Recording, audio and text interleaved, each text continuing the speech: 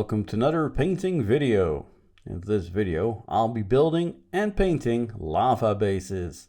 I'm using these bases for my iron jaws, but of course you can use them for all kinds of models. I'll explain how I build the bases, and I'll be painting them with a lot of new Army Painter paints. Let's begin, shall we? I start with adding pieces of cork to the base. These will serve as the rocks the models are standing on. I'm sure the edges are thoroughly ripped so they look like natural formations.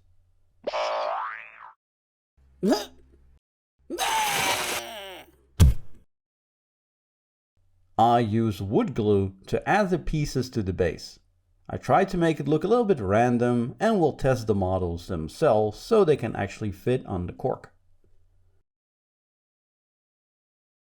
To securely add the models to the base, I will pin them using small pieces of safety pin.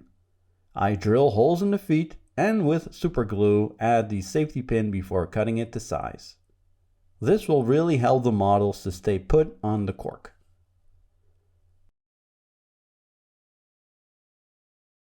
I check where the model will go and drill a hole in the cork as well, so the model will be flush against the surface. Super glue will be enough to secure the model. I printed some excellent looking demon stones from Epic Basing. Check the description for the link. You can either buy them or buy the STL so you can print them yourself. Big recommendation from me. Just add to the base with a drop of super glue. The rock will really sell the volcanic scenery the orcs are walking on. And sometimes you really just need to add a skull to the base. Spots on the base that are bare and won't have any lava will be covered with texture paste. Use any texture paste you want. I went with an old pot of Armageddon Dust, but I actually added some Vallejo texture paste to it to add more volume. Also, don't forget to add texture paste to the top of the cork, so it will blend more and it won't have that corky texture.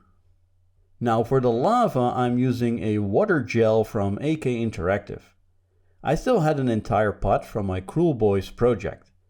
Add the gel and it will harden. It looks like green puke, but we're gonna prime it anyway. This will give the lava some volume, and you can add some ripples or other interesting shapes in the lava. Alright, let's get painting.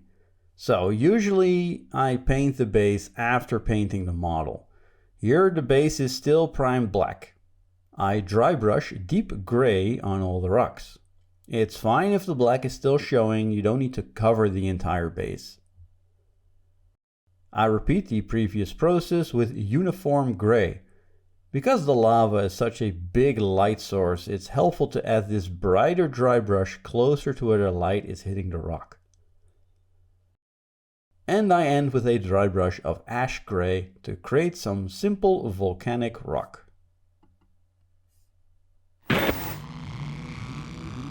Now comes the one part where I do use an airbrush. This of course can be done with a normal brush, but it will take a bit longer. I spray molten lava on the lava itself. This will result in hitting the edges of the rock, which is great.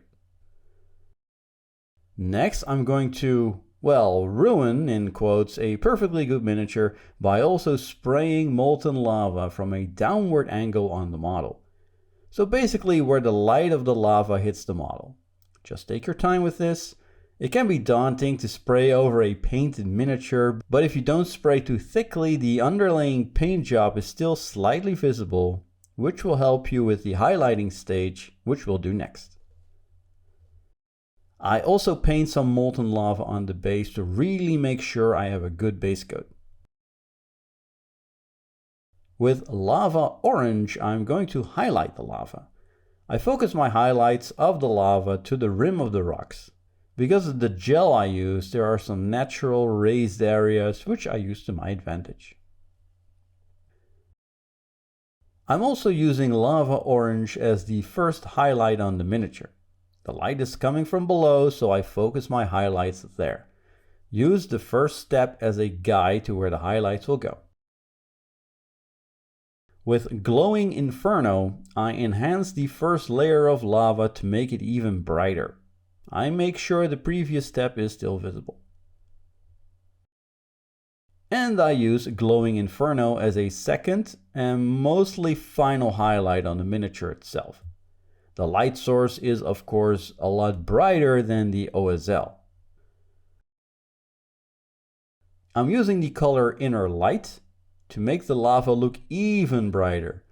This is the brightest color in the flexible triad called Oranges from the Army Painter.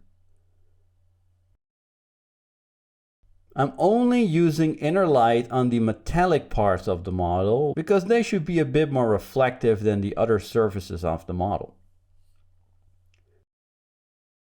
With Ice Yellow from AK Interactive, I keep brightening the lava. This is a big step up, so use sparingly. I may have gone a little overboard with this one right here, but it does sell as some bright looking lava, and you can also always go back with the previous paint to cover things up. To really make those bright spots, I use white paint to accentuate some small areas.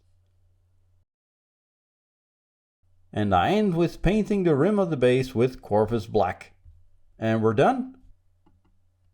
Here we have some hot looking lava bases. I think this really adds character to the model, but overall I'm a big fan of OSL effects. I'm doing this on the entire army, but this could also work very nicely on a centerpiece or something else. You can even swap the oranges and yellows for green or turquoise to get some spooky and gross effects. Stay tuned for more Iron Jaws goodness, or maybe something completely different. In the meantime, be sure to check out my Instagram, where I'll post pictures of current projects and behind the scenes stuff. But for now, thanks for watching.